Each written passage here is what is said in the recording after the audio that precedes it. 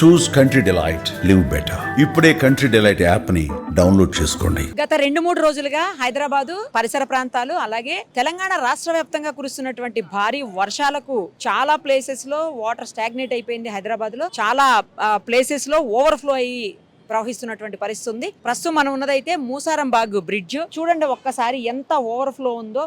General గా కాస్త వర్షం వస్తేనే ఈ ఏరియాలో ఎక్కువ నీళ్లు వచ్చేస్తుంటాయి. ఇప్పుడైతే పక్కకే అంటే ఈ బ్రిడ్జ్ ప్రాబ్లం ఉంది అని చెప్పేసి పక్కకి కొత్తది నిర్మాణంలో ఒక బ్రిడ్జ్ ఉంది కానీ బట్ ఆ బ్రిడ్జ్ కూడా ఆల్మోస్ట్ పై వరకు వాటర్ వచ్చేసినటువంటి సిచ్యుయేషన్ ఉంది. ఒకసారి మీరు చూడొచ్చు. పక్కనే ఉన్నటువంటి ఇండియన్ ఆయిల్ పెట్రోల్ పంపును కూడా క్లోజ్ చేశారు. షట్టర్స్, షాప్స్ అన్నీ కూడా బంద్ అయిపోయాయి. చాలా స్పీడ్గా ఉంది ఫ్లో కూడా. జంట జలాశయాల్లో ఏదైతే ఉస్మాన్ సాగర్, హిమాయత్ సాగర్ ఉందో దాదాపు ఆ 2 జంట జలాశయాల నుంచి 38,000 క్యూసెక్కుల నీళ్లు బయటకు వస్తూ ఉన్నాయి. అంటే అవుట్ఫ్లో చాలా ఎక్కువ ఉందన్నమాట. అదంతా కూడా మూసీ రివర్కే వస్తుంటుంది. ఆ మూసీ నది నుంచి వచ్చేటువంటి నీళ్లే ఇవన్నీ కూడా. ఇటు గోల్నాక అలాగే అంబర్పేట వెళ్ళాలన్నా, తర్వాత దిల్సుఖ్ నగర్ సైడు ఇటు రావాలన్నా అటు వాళ్ళకి ఇటు లేదు, ఇటు వాళ్ళకి అటు లేదు. మొత్తం బ్రిడ్జ్ అంతా కూడా క్లోజ్ చేసేసారు. అసలు వాహనదారులు వెళ్ళడానికి లేదు, రాకపోకలు బంద్ అయిపోయినటువంటి పరిస్థితి.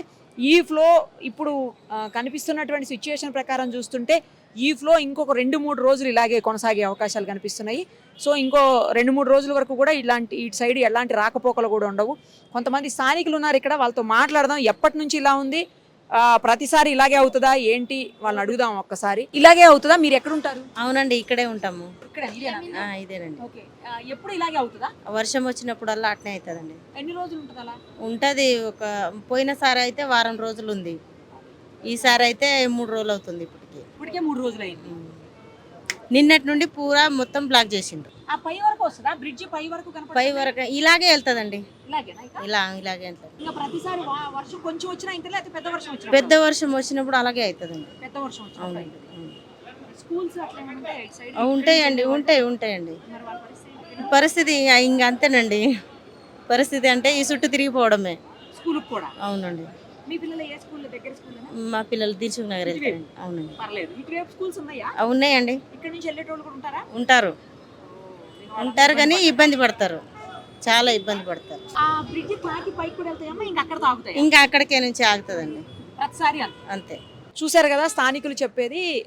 ఎప్పుడు కొంచెం పెద్ద వర్షం పడినా కూడా ఇదే పరిస్థితి ఉంటుందని చెప్తున్నారు. ఆ పక్కన స్కూల్స్ ఉన్నప్పుడు మాత్రం కొన్ని స్కూల్స్ ఉన్నాయంట, పిల్లలు వెళ్ళాలంటే మాత్రం ఇబ్బంది పడుతూ ఉంటారు.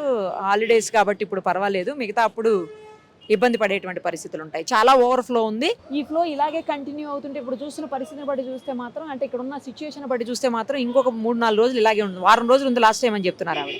సో ఇంకో 3-4 రోజులు అయితే, ఇప్పటికే 3 రోజులు అయిందంట. ఇంకో 3-4 రోజులు అయితే ఉండేటువంటి పరిస్థితి ఉంది. అక్కడ చూడండి, షెడ్ కూడా పడిపోయింది. ఒకటి షెడ్ పడిపోయింది. ఆ బిల్డింగ్ లోపలికి వెళ్ళి కూడా నీళ్లు వస్తున్నాయి. చూడండి, ఈ బ్రిడ్జి మీద కూడా కొన్ని విమర్శలు ఉన్నాయి నిజం చెప్పాలంటే. ఎందుకంటే ఆలోచన లేకుండా ఇష్టానికి కట్టారు బ్రిడ్జిని అని చెప్తా ఉన్నారు. ఆ బ్రిడ్జి హైట్ కనుక కొంచెం ఉంటే అంత ప్రాబ్లం ఉండదేమో అని అంటున్నారు. స్థానికులు ఇంకా ఉన్నారు, ఒకసారి మాట్లాడదాం. శ్రీనివాస్ గారు, ఈ మూసారంబాగ్ ఫ్లైఓవర్ది, ఈ బ్రిడ్జిది ఎప్పుడు ఇదే పరిస్థితి ఉంటుంది. కాస్త పెద్ద వర్షం పడిందంటే ఇలాగే కంటిన్యూ అవుతుంటుంది.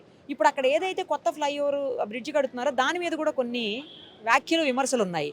హైటు ఇంకా కొంచెం పెంచి కట్టిండింటే ఈ పరిస్థితి లేకపోయేది, ఆ మాత్రం ఆలోచన లేదా, కాంట్రాక్టర్ ఎవరున్నారో వాళ్ళకి అని చెప్పేసి కూడా విమర్శలు వస్తూ ఉన్నాయి. మీ దృష్టికి వచ్చిందా? గతంలో 10 ఏళ్ల నుంచి మూసీ నది అభివృద్ధి పేరు చెప్పి కోట్లాది రూపాయలు కేటాయించడం జరిగింది. ప్రతి సంవత్సరం కూడా వర్షం వస్తుండే, కొట్టుకోబోతుండే, కోట్లాది రూపాయలు మట్టి పోసి ఏదో చెట్లు పెట్టి, ఇవన్నీ కూడా చాలా ఇబ్బందులు. గతంలో ఇంతకంటే చిన్న వర్షాలు వచ్చినా మూసీ నదిలో ఇండ్లని కొట్టుకుపోయి దాదాపు 10-15 మంది చనిపోవడం కూడా జరిగింది.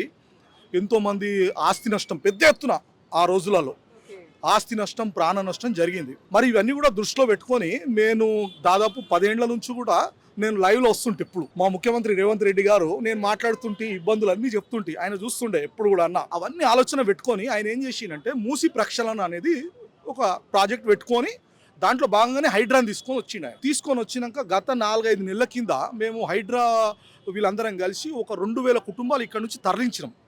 మూసి గర్భంలో ఉండే. ఒకవేళ ఆ రోజుకి ఇట్లా తరలించకపోయినుంటే ఈ రోజు అనుకోని విధంగా ఈ విపత్తు వల్ల పెద్ద ఎత్తున ప్రాణ నష్టం, ఆస్తి నష్టం జరిగేది. ఇంత పెద్ద వరద వచ్చినా కూడా ఒక్క ప్రాణ నష్టం కూడా జరగలేదు, ఎటువంటి ఆస్తి నష్టం లేదు. విపరీతంగా అయితే వరద ఉన్నది. కాబట్టి మూసీ నది ప్రక్షాళన అనేది కంపల్సరీగా చేయవలసిందే, ప్రాజెక్ట్ కట్టాల్సిందే. దానికి మేము కేంద్రాన్ని కూడా రిక్వెస్ట్ చేస్తున్నాం. గత నిజాం ప్రభుత్వంలో కట్టిన గండిపేట కానీ ఉస్మాన్ సాగర్ కానీ ఈ రోజు వరకు కూడా ఎటువంటి చెక్కు చెదరలేదు.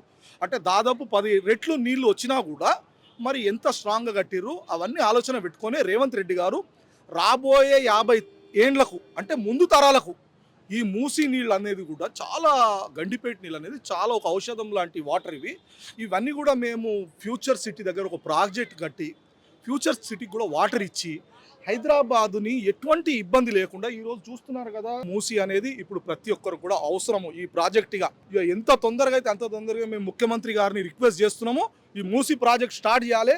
ఇంకా దాదాపు 7,000-8,000 కుటుంబాలు ఉన్నాయి మూసీ ఒడ్డున, ఇప్పుడు ఓల్డ్ మలక్పేటలో ఉన్నాయి. ఇదంతా కూడా నది గర్భం.